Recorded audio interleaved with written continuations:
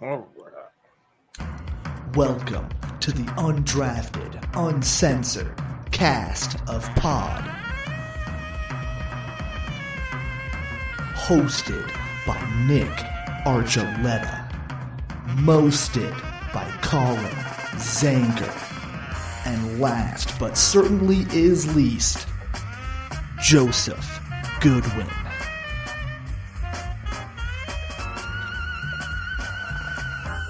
Welcome in, everyone, to Undrafted Uncensored, where guess what, Colin? I hit the post. And he hit the post. I hit the post. It's a miracle. New year, new me, okay? New year, new me. Oh, my goodness. Starting most of the things off right. And we got hashtags in our titles now. We're turning this around. We're tuning this into a almost finely tuned machine, like a 78 Gremlin. We're turning into a legitimate organization, guys. We're going legit. About 15 minutes late, but that's I think that's on all of us. That's just how podcasts work. We just got to start having a lobby that just has music play for 15 minutes where everyone can just show up and wait. Elevator music. That's it. Exactly. Elevator music. Yeah. No. Oh, man. I'm not doing that to all y'all. Happy New Year, gentlemen. Happy New Year. Happy New Year, buddy. I mean, we started the year off right. The Broncos surprised the hell out of everybody, and they made the playoffs. It's a miracle in itself. We did not expect. You okay there? You're scrunching your face there, guy. Colin just yeah. I'm pretty sure our YouTube just says we're on episode 142 when we're on episode 141. No, Weird. Definitely 142. Is it really? All right. We're in the 140s, okay? We're there. Just accept it. Accept it. I mean, it takes us back to the Broncos are doing what they're supposed to do, which is beat teams they're supposed to beat. And when the Chiefs roll out their entire second and third and practice squad, you should beat them 38-0. Again, the defense has proven this year how strong they are. The offense is starting to click a little bit more, starting to get a little bit more together. I mean, how good does it feel right? How good do you guys feel about this right now? Colin, in your 2 wins this season prediction? I mean, I'm feeling great, honestly. It's obviously a surprise to me that they came through in this way, and they ended up winning 10 games and making the playoffs. There's only a few quarterbacks in their rookie season who have won 11, and that would have been the record, obviously, or would have tied been second place. There's one from the 1950s at 112 as a rookie. So for Bo Nix to come out there and for this team to win 10 games, totally surprised me. And the squad, we had guys step up, and I didn't think that they had that talent. I think that this team is very top heavy as far as the talent that they do have. We were pretty lucky as far as injuries are concerned. For the Broncos, we saw what happened when they were missing a few key guys and what happened offensively. Obviously, even coming back, the Bengals hurt the Broncos with the passing offense in Riley Moss's first game back.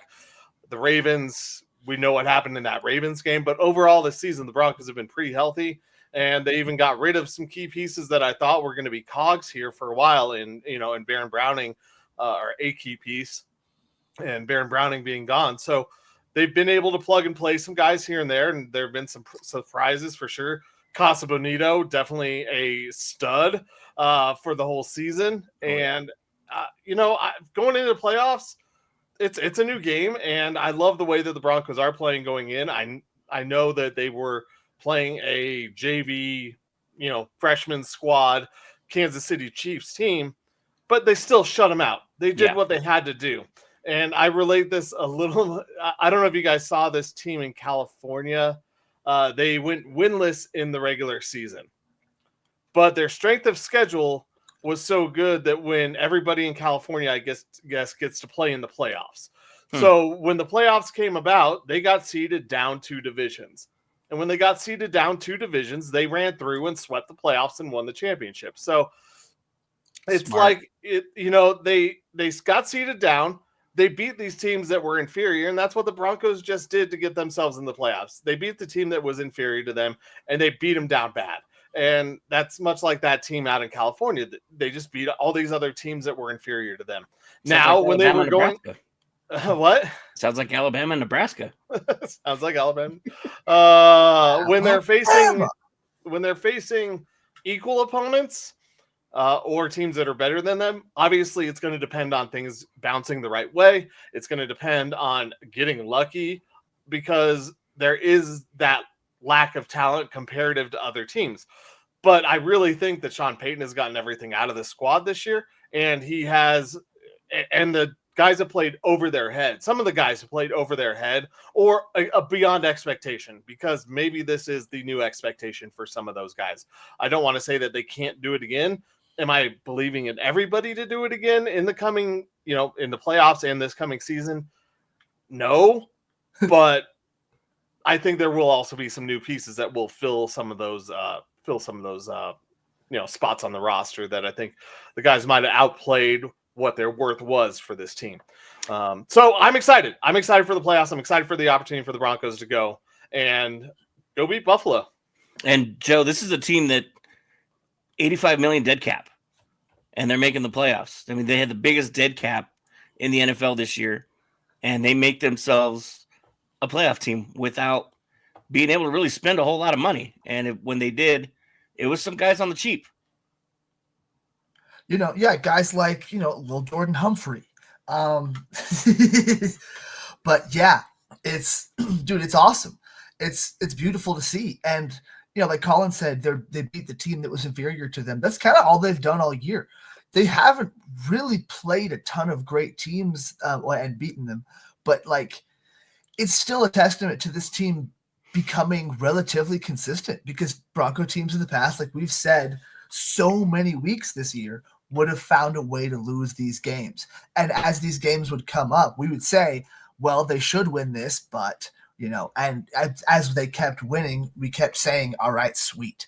This seems more and more likely. We became Bo Leavers, fellas. And they beat Buffalo last year with Russell Wilson. So I don't want to talk about the 3 turnovers. That also happened, yes. But to quote the great Kevin Garnett, anything is possible. And I mean, where was I going with that? Oh, you talk about them beating them last year.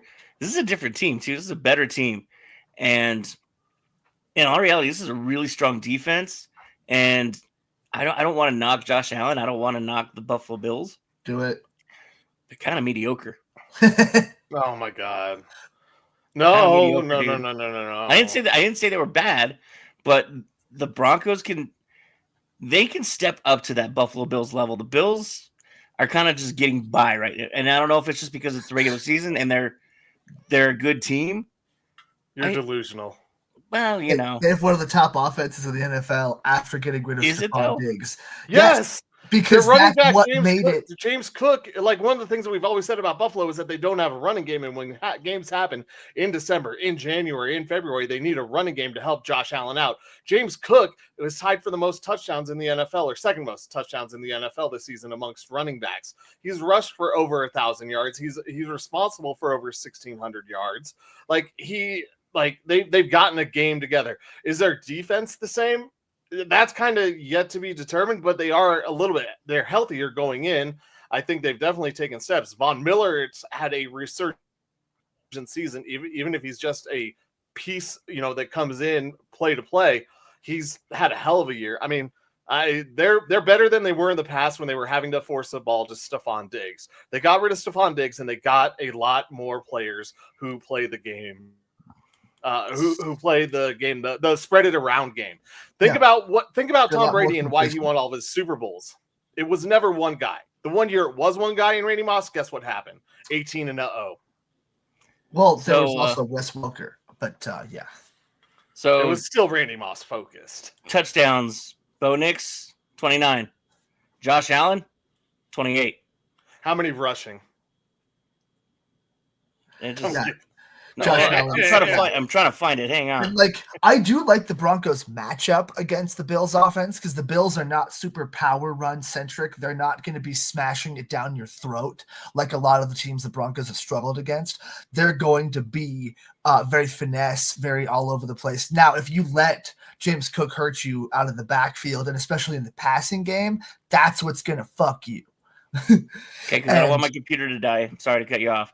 No, you're But good. we'll do it this way. Passing yards, 37-31 for Josh Allen. 37-75 for Bo Nix. Completion percentage, 66.3 for Bo Nix. 63.6 for Josh Allen. I'm not trying to be a dick, but I'm just saying that there's some Randy's there with Nick, a slow quarterback. Go ahead and take out that very last game for Bo Nix and the 300-plus yards because Josh Allen took one snap in the last game. And so Bo threw for 300-something yards. Okay, so he passed. gets And the how many benefit of another how many game. touchdowns did he throw for? 3. There's a few. So take those out. Okay, but I don't so want he's got 20. So he's got, we'll say 25 instead of 28. Oh, wow!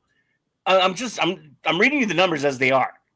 Yes, he didn't play that last game. Whoop-de-doo. He earned it. He deserved it. He got his consecutive start streak. But I'm just reading you the numbers. You look at the numbers, which is what we do because that's how we evaluate. Not just numbers. It's like that show Numbers. The eye test too. I mean, I never watched that show. how is he compared to Lamar? Everybody's saying Josh Allen's going to be the MVP. Yeah. How is that over Lamar Jackson? Because Lamar Jackson has Derrick Henry. And who does Josh Allen have?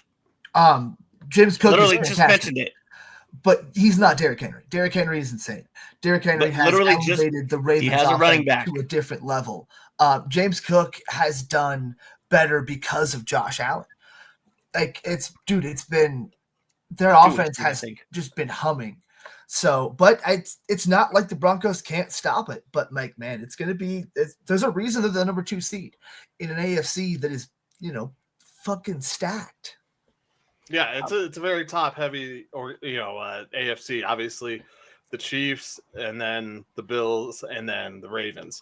But when you say you want to compare Lamar Jackson and Josh Allen, Lamar Jackson, he had a better year than he did last year. And the reason why Josh Allen might be the MVP is simply the same reason why Jokic didn't win his 3 straight is because people get fatigue. They get player fatigue on this MVP. So Lamar Jackson, he fully deserves to win the MVP. Had his best year ever, more career everything.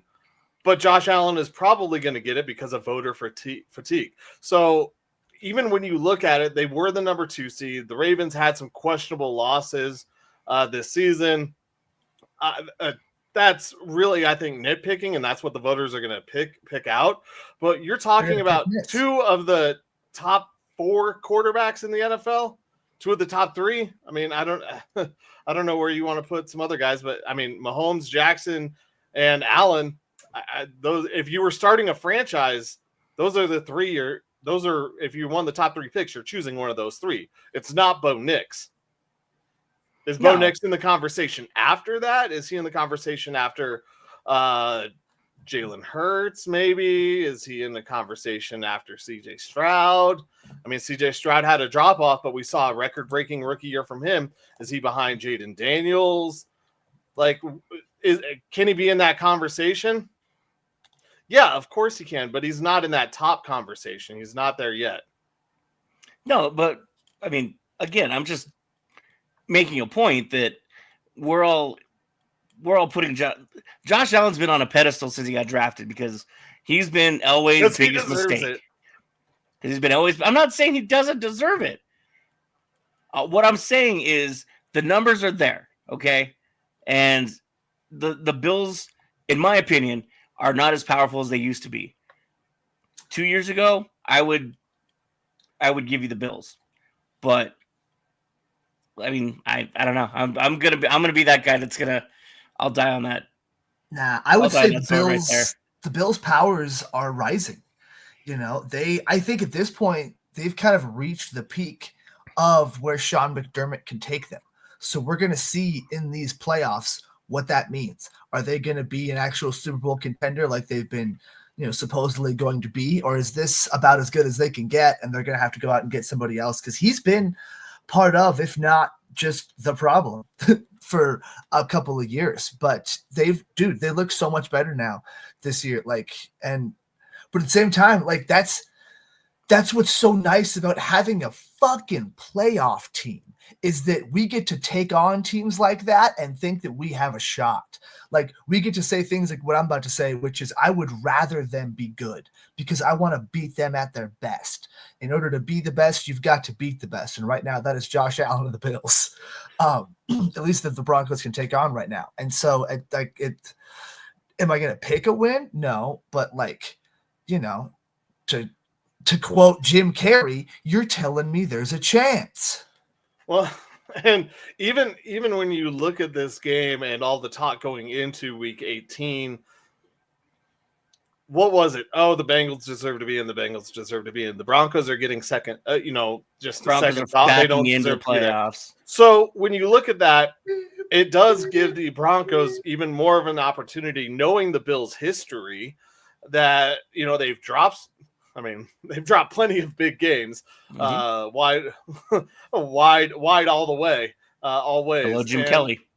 Buffalo all the way this time. When you look at the Bills' history, yeah, they might overlook a Broncos team because all the chatter was about how nobody wants the Bengals in, how the Chiefs don't want to face the Bengals.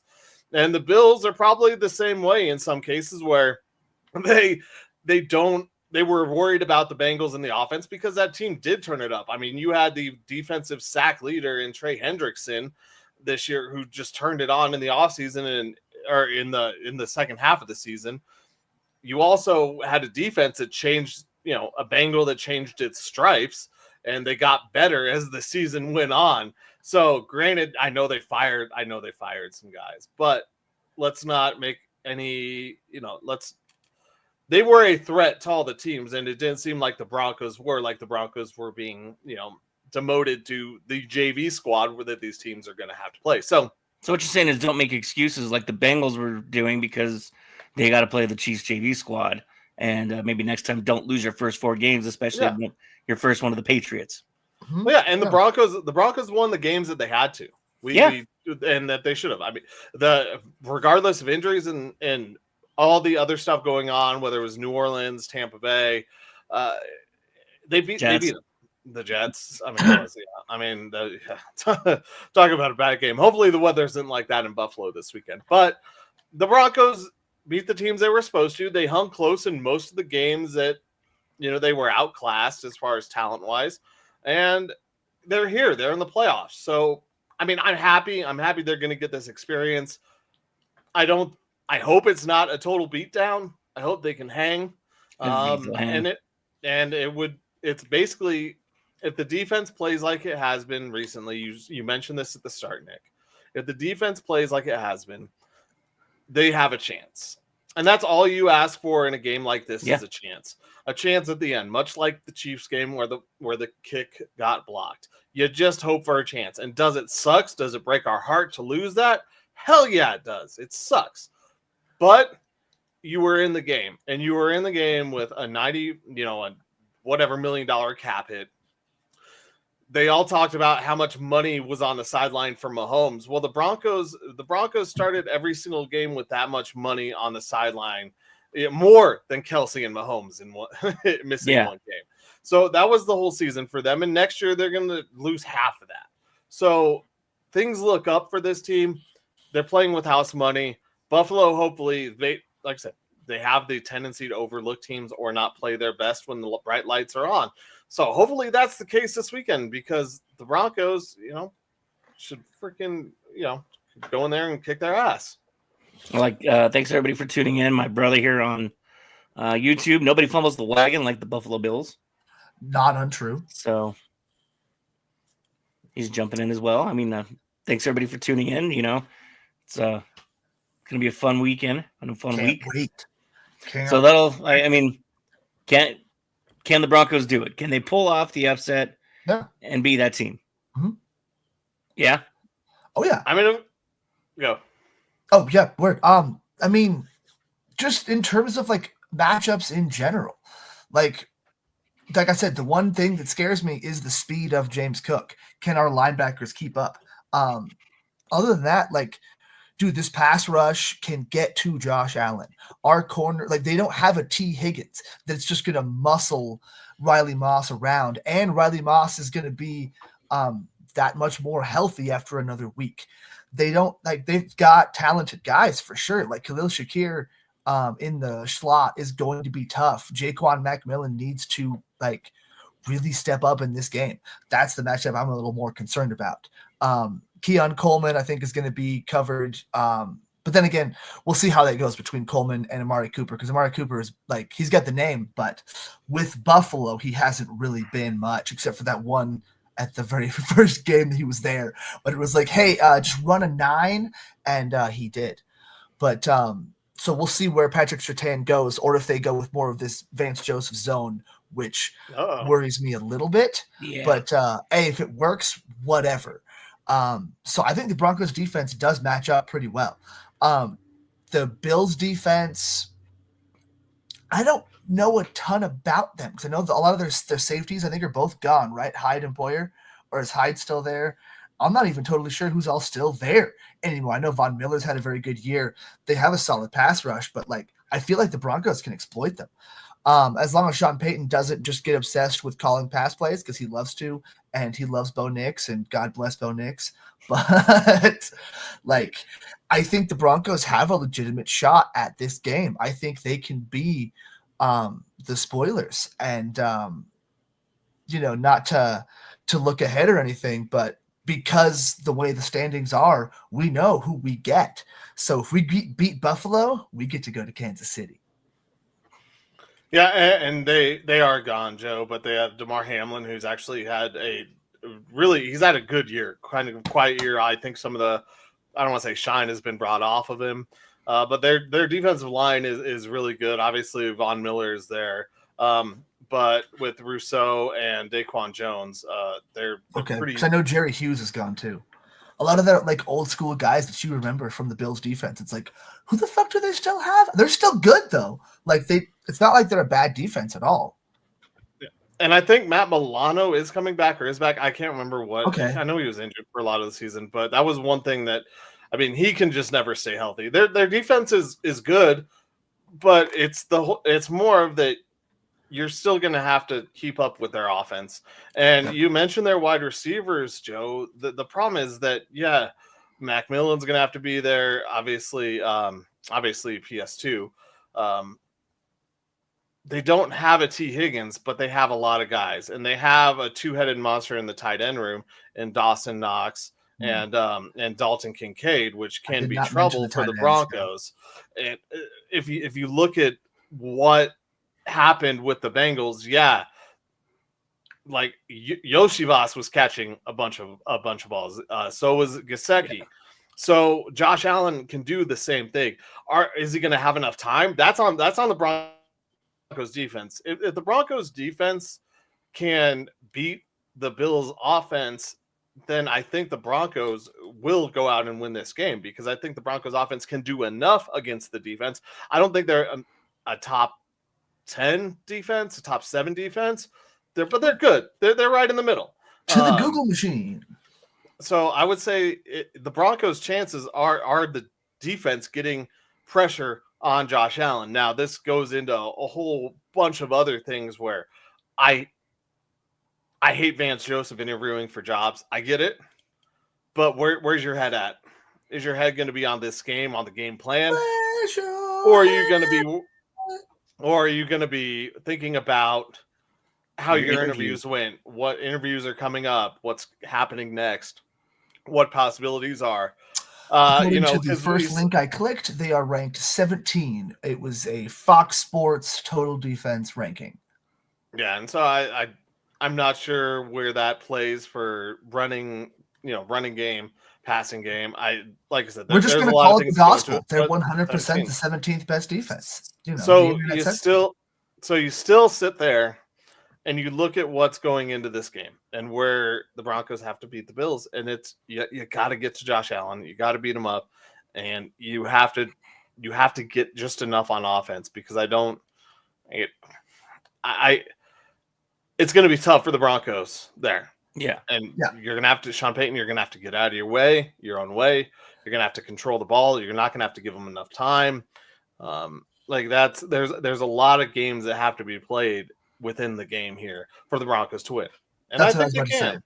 It's like you got to take time off the clock. Like if I don't have my keys within reach, or I would jingle them in front of the camera and say that I keep my keys to the game.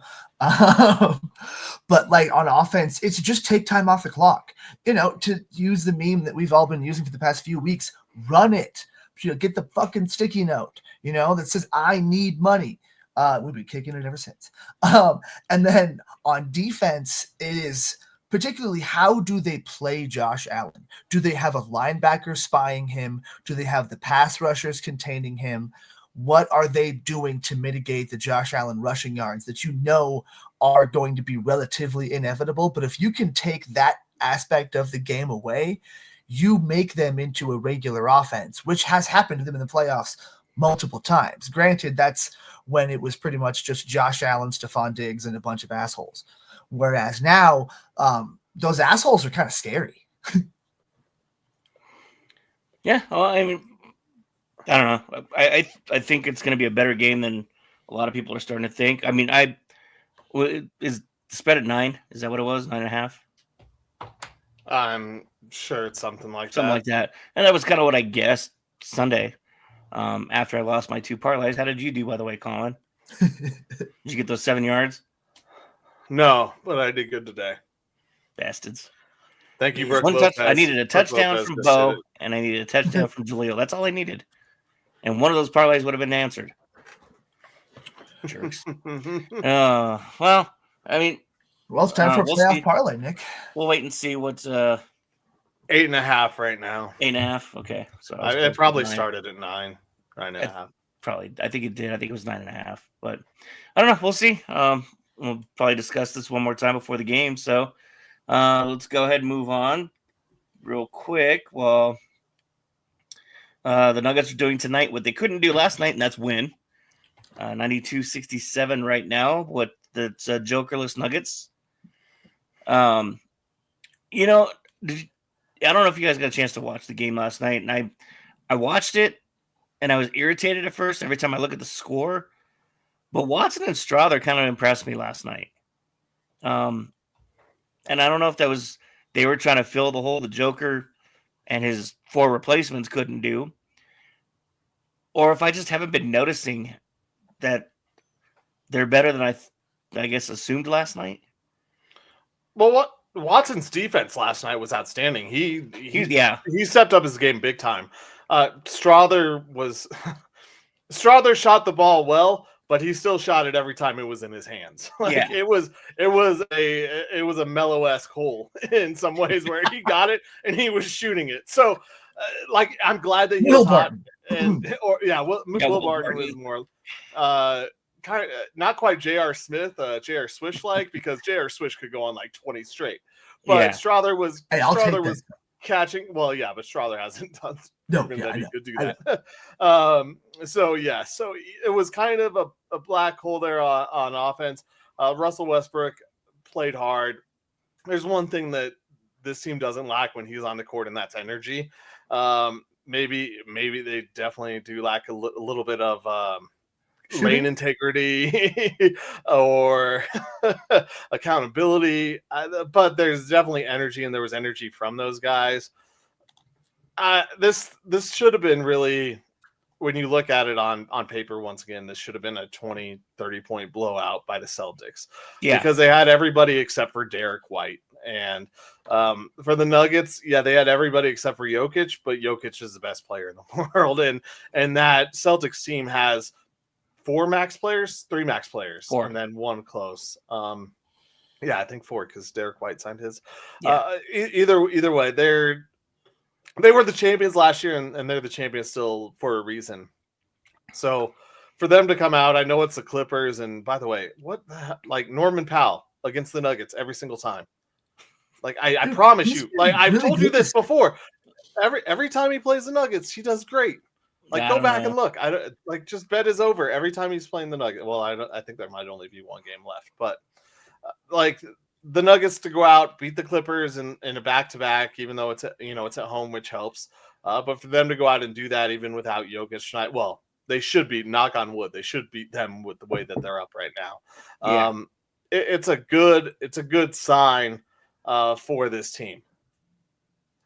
Dude, yeah, the fact and I didn't watch the game because I was working Amazon, therefore I know everything about it. So the fact that I'm sure the Celtics were playing most, if not all, of their starters, and the fact the Nuggets kept up with them at all is amazing because that's been the thing all year. Is the Nuggets do not shoot enough threes. They're not going to be able to compete with teams that shoot threes. The Celtics put up like 53 pointers a game or something stupid like that because technically that's how math works. 3 is more than 2, you know. You make a 3, you miss, 2 out of your 3 threes, you make up for it by getting 3 points by making that other one. Like that, it's a lot. So that's really cool to see, especially without Jokic. That's kind of nuts. Granted, it's regular season. We see stuff like that. The best one I think still was last year with Reggie Jackson and DeAndre Jordan recreating the Lob City Clippers against the Clippers in a random regular season game. But that's things like that don't happen for bad teams. So these are good signs. The fact that Julian Strother has the confidence to put up that many shots is still kind of a good thing because the Nuggets need to put up shots. But, man, he needs to also make those shots.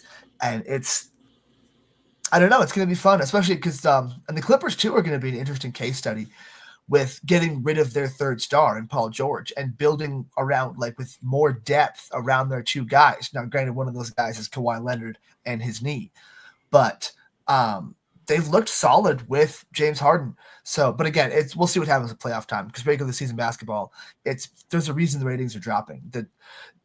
A lot of it is scouting for the playoffs to an extent and getting your team's chemistry figured out and ramping up. That's why you see guys like Jamal Murray come in out of shape every year. But dude, these are the steps that need to be taken. This is the stuff that was freaking people out earlier in the season that wasn't happening. It's just the Nuggets looking better, looking more competent going forward, being able to compete with teams like the Celtics. Even though they didn't win, it's also nice how you end up in a position like the Bengals, though, too.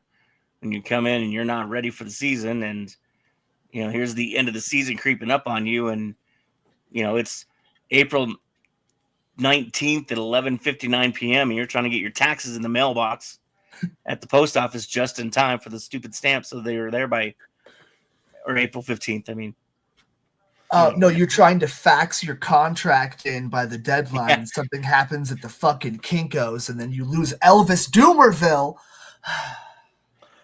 The thing I think the Nuggets need to do is accept the fact that Sarge shouldn't be playing.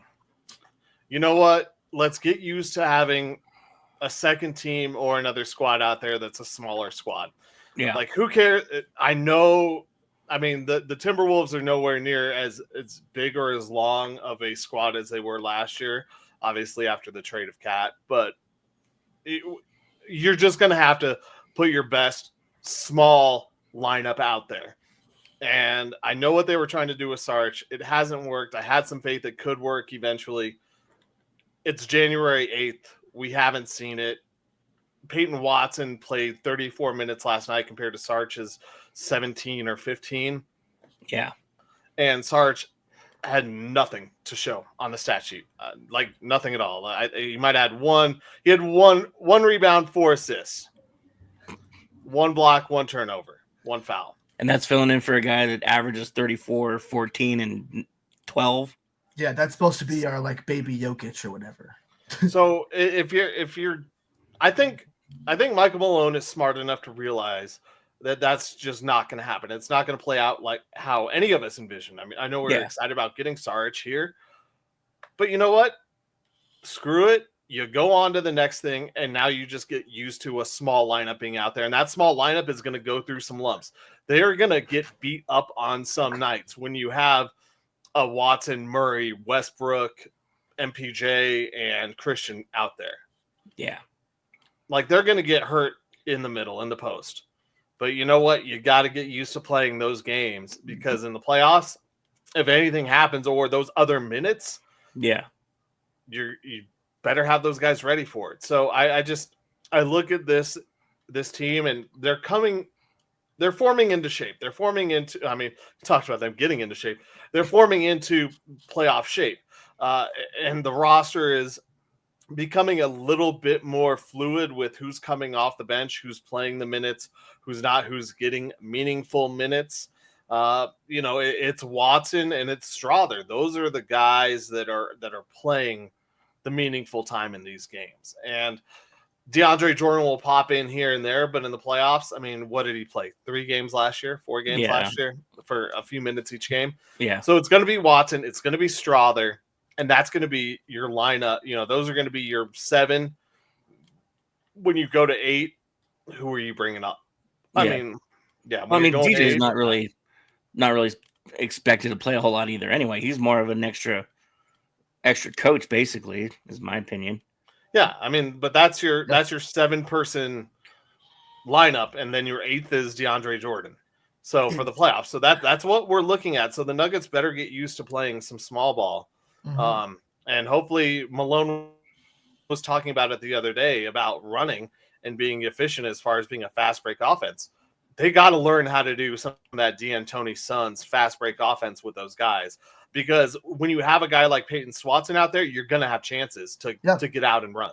And they've done that at different times this year, and they've been very good at it. They've kind of switched between that because that fits so well with Russell Westbrook, with Peyton Watson, with Hunter Tyson, who's been getting more minutes.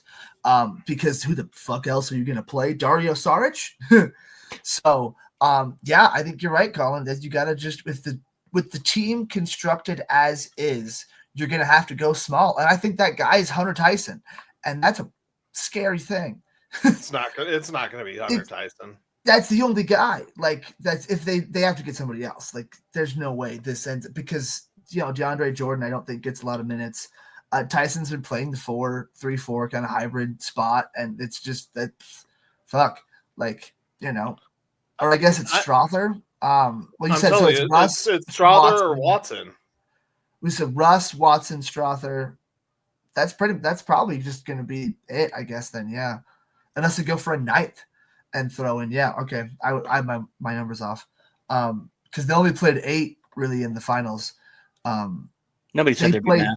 They played DeAndre Jordan. Exactly. They beat no math. They played DeAndre Jordan for like a couple minutes at the ends of halves, but like not anything significant in the final run. So I guess the way it's constructed, it's Russ, Watson, Strother, and that doesn't feel good.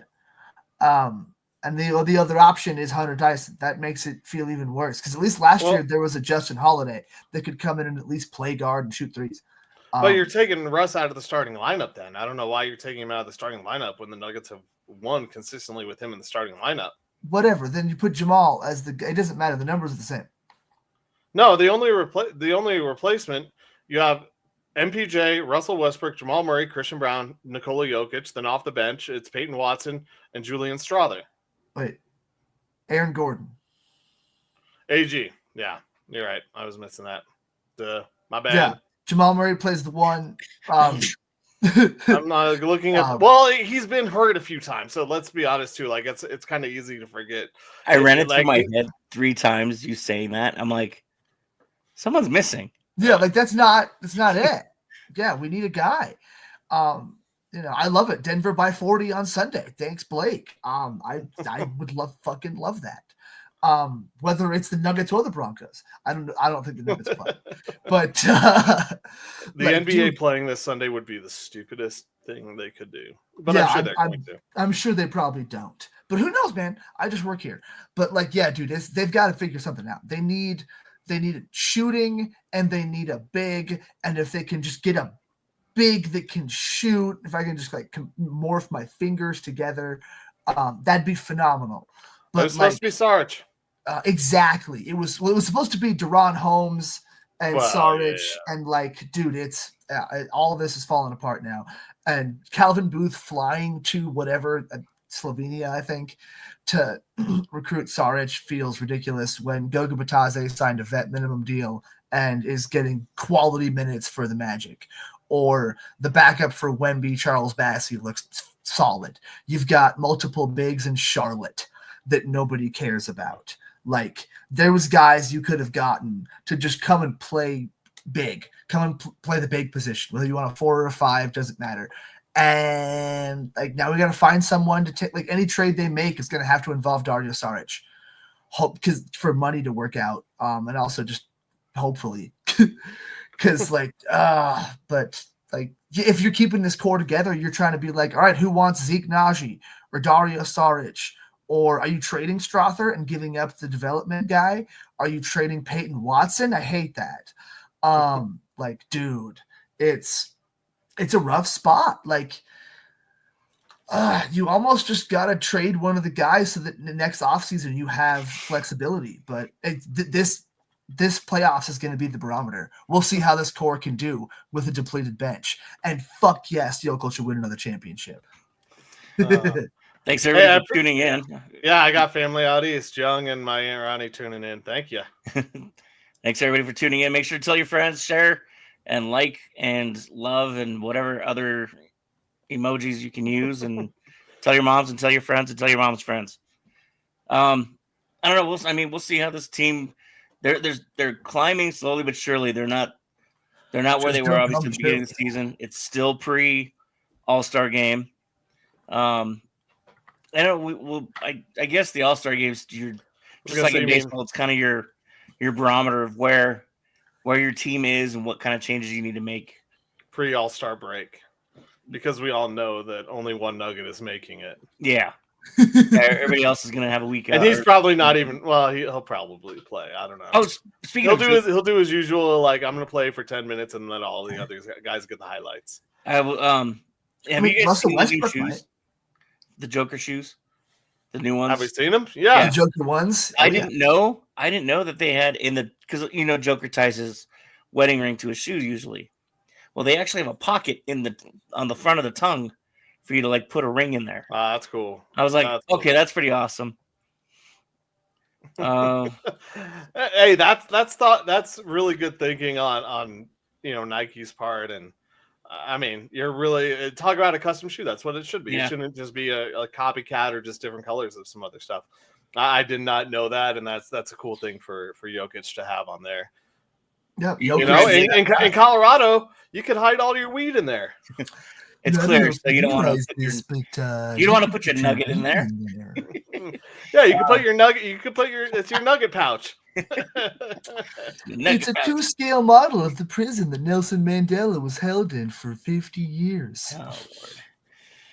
Oh man, yeah, the window it's getting smaller. That's for sure. We just got to wait for Calvin Booth to start making good moves again instead of kind of half-assed moves. Well, we've talked about this a little bit before, but I feel like, and I don't know if I've actually said this on the pod or not, because we end up talking about sports a lot because we fucking love this shit. I feel like any trade that involves Michael Porter Jr. has to be for multiple guys. There isn't a 1-for-1 just fix that's going to solve all your problems while also losing a guy like Michael Porter Jr. Oh, the NBA trade system looks better and better. Anyway. Yeah, like it's got to be for a quality starter and a good bench player. And like the teams that are going to be able to give you that are getting smaller and smaller. You've got teams that are more teams are looking bad. The Phoenix Suns look terrible. Bradley Beal says he would waive his trade clause to come here. I don't fucking want that. That's especially because it requires Michael Porter Jr. to get that. Like, no, I'm not down. Like, they need something. They need more depth in general, really. That's the biggest issue. They just need guys to be able to fill those Jokic minutes because the starting lineup works. Well, sometimes though you zig when everyone else is zagging, and that's what the Nuggets I think need to do. That's why I talked about the small lineup earlier. Yeah. Get used to it, get it out there, get used to running the hell out of these teams. Because if you play to your strength, especially at altitude. Screw what everyone else is doing. You have to do your own thing because the writing is on the wall. Joe, you're talking about MPJ and what you're going to need to get for him, or what you would have to do to trade him. Where do any of those solutions sound better than what MPJ is right now? None of them. Almost so you none, know yeah. what you do, you take what you have, you use your strengths, and you go after it. And that's on Malone and this coaching staff to use that to your advantage. It's not that the Nuggets don't have talent. It's that everyone thinks much that this league that you have to do this or that you have to follow this cookie cutter type of recipe. No, you can't go up against these other guys, but you have to be efficient. You have to be better. You can't shoot 10 for 35 from 3. All right.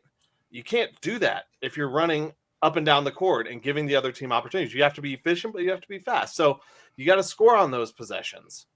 And no, the Nuggets can't give up on Murray or AG until next year. They signed max contracts, Blake. So they have to hold them. They have to hold them through this year and then see what happens in this next offseason. If it doesn't pan out this season, then I think Murray is the one who's gone because he's the one who's had the most consternation amongst the squad and amongst fans. You know, his trip to the MMA fight in New York when the rest of the team was in New Orleans was one of them. Like Nashville. No, Memphis. Memphis. Yeah, Memphis. Sorry, wrong sport. They were in New Orleans right after that and lost. So whatever it is, Jamal Murray is the one who you're going to have to try and move, but there's no value there if you're going to have to move him and the Nuggets don't have a good season or he doesn't turn it on in the second half. So you're sitting with your team, play to your strengths and go after it because this is what you have. The Nuggets don't have a lot of room to move. No. And if they bring in another max player, guess what? You're in that second apron and you're screwed. Yeah. Yeah.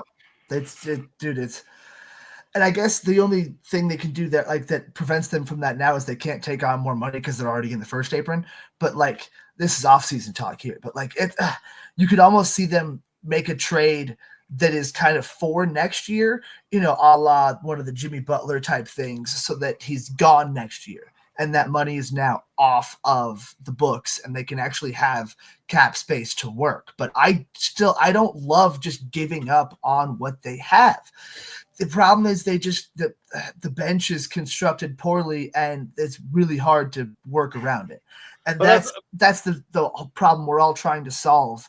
And it's like, I don't know, man, like, cause last year they showed that the 5 starters and 1 quality bench piece and Christian Brown wasn't going to be enough. And they kind of just have the same thing, but now it's with Russell Westbrook and the members of that starting core, Jamal Murray, are regressing. Or do you trade Porter for Zach LaVine, who is, sort of a replacement for Jamal Murray, not Porter. So then now you lose size, you lose defense, you lose a lot of stuff, and you get back a thing that's not really going to make you better until next year. But I don't think this bench is constructed poorly if you play to their strengths. That's what I'm trying to say. Like, you have to change it up when you have Jokic and AG off the court. You know, when it's Westbrook and Peyton Watson coming in there, obviously you have a much better defensive team. If it's Watson, Westbrook, and Christian Brown, your defense is better than it would be with those other 3 on the court or with the other 2. I think there's more intensity, I guess, energy with that. And Watson is definitely more of a presence in the paint than Jokic is. AG can go out and cover the guys on the wings too, but we also have to see him back healthy. We haven't seen him for a long spurt being healthy this season. So, like I said, I think with the way it's constructed, you have to use it and you have to go after it because there's no moves that you can make. Zeke Naji isn't getting traded. The rest of the bench, the bench has no value. Peyton Watson is probably the guy who has the most value, but you can't give up that defensive presence because need that. You do need that in the playoffs. You need that guy in the playoffs. Yeah, his wing defense is insane. And if he can post up and defend in the paint, then that solves a huge problem. That sort of is kind of the smaller Jeff Green, to your point, Colin. And you can have AG at the center, which worked for the championship. But oof. If that's what we're talking about, man, it's rough. Well, I mean, and like I said, it's still before the All-Star game, so there's a little bit of time for this team to continue to meld together, as well as Calvin Booth, to try and figure out what hole he's going to plug and where he's going to find the duct tape for it. Avs are back in a playoff spot. They sit on, well, I don't know right now. As of earlier today, they were the first wild card team. They're digging themselves out of the hole they started at the beginning of the year. In one of the toughest divisions in the NHL. So, I mean, to be able to come back up, I think they're sitting at 51 points right now, if I remember right. Yep, that's in right. a division that's 51, 55, 50, 53, and 51, I think the top four. So the Avs are getting back to where they belong. Obviously, the goaltending change was much needed, and clearly it went deeper into that locker room than we originally thought. Not me. No, don't put me in that category as far as I thought that was the whole issue the whole damn time, Nick. I kept telling you need anybody else in here besides Georgie. Well, but again, that was before we realized what they were able to trade for, because you ended up losing a couple of decent players for it. But I mean, it is what it is. You got to trade good to get good, and you know it hurt a little bit. I said it didn't matter what you had to do; you had to get those guys out of here. Well, I mean, to do it all within a week, clearly, none of those guys will ever say what happened in that locker room. I mean, that's just the way they are. But it was much needed and put the Avs on the right trajectory again. Yeah. And tonight they lost against the Blackhawks, and you look at it and you're like, oh, that's a terrible loss because the Blackhawks suck. I mean, they're bad this year, but the Avs also started Trent Miner in goal. And you know, when you're starting an Eastern Conference game or a non-division game, it's not as important. You know, we've seen that with Bednar doing it plenty of times. I've seen it in person, thinking it's going to be a fun matchup against the Devils or the Blue Jackets or somebody out east. And yeah, they put the B squad out there. So I just I sit here and I look at the Avs. This is the same thing as the Broncos. You know, get in the playoffs, get hot at the right time, and start playing good at the right time. You know, the Broncos are hot going in the playoffs.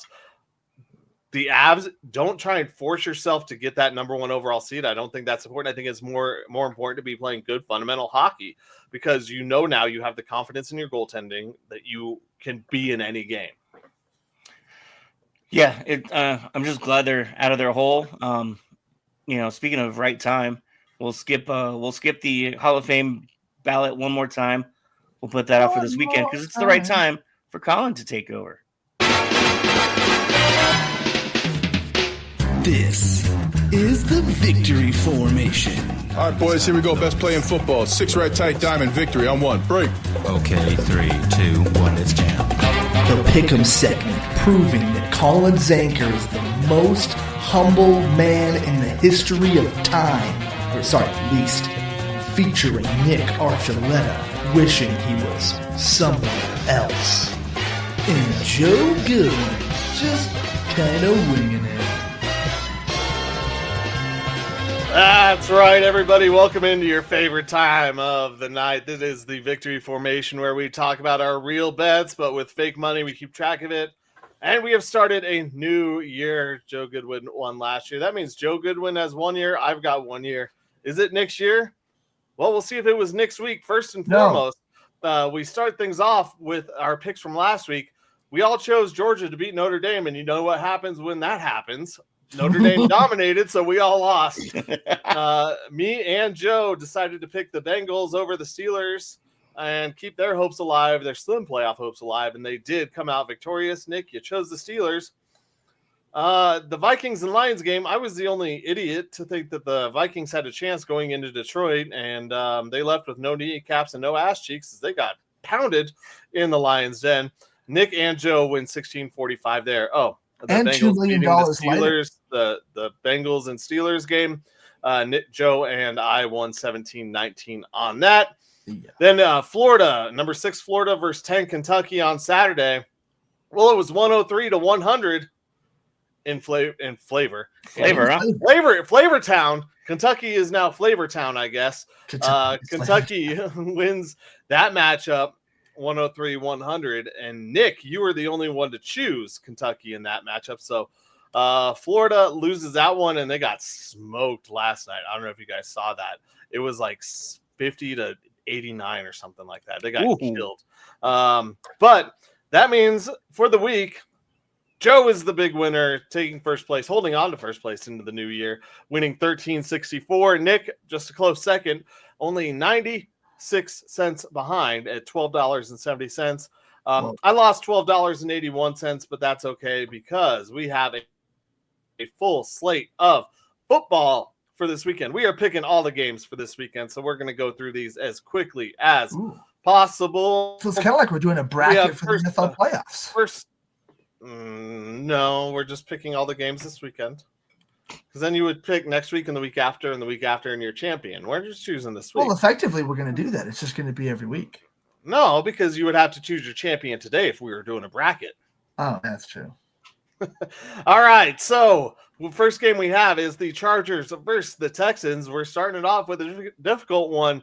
Nick, Texans have been on a slide going into the postseason. They are underdogs at plus 136. Chargers going in as favorites with the new coach and the new running game, minus 162. Who you got? I hate myself for this, but give me the Chargers. Oh, Nick is taking the Chargers going into Houston. All right, Joe, who you got? I mean, the Chargers just signed former best running back in the league, Ezekiel Elliott. I don't see how they could possibly lose. Give me Jim Harbaugh on the Chargers. Obviously, the Texans have been resting their players, so go ahead and give me the Texans in this one. I like the fact that CJ Stroud had some experience last year. Nico Collins should be back healthy, and Joe Mixon should be healthy also in this matchup. So give me the Texans at home. Next, we have the Pittsburgh Steelers, and let's ride Russell Wilson, or let's bend, or I don't know, let's mold, let's clay, I don't know, let's shape. Going up against the Baltimore Ravens. Ravens big favorites at minus 45. Steelers plus 370. Joe, who you got? The Ravens. Yeah, I have the Ravens too. I think this one is pretty self-explanatory. Nick, are you going to go off the rails? No, not this time. I'm going to stay right on the rails for Baltimore. All right, pick the Steelers, folks.